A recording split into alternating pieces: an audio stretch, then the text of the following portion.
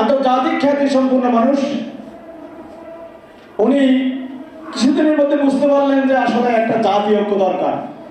তো সেজন্যই আজকে স্বাগত বক্তব্যের মাঝে আমি এই কথাটাই বলবো, জনাব সুনামধন্য ব্যক্তি এবং বাংলার মাটি ও মানুষের গর্ব ডক্টর মোহাম্মদ ইউনূস সাহেব, আপনার এই যে জাতির জন্য, আপনার জন্মভূমির জন্য তখনই বলেছিল যখন আপনি চেয়ারে বসছিলেন।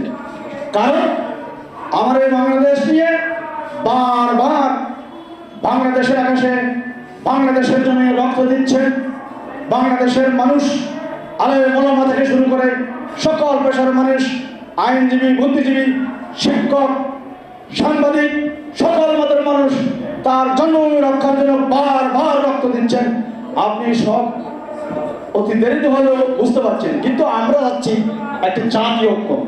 যে জাতীয় ঐক্য এই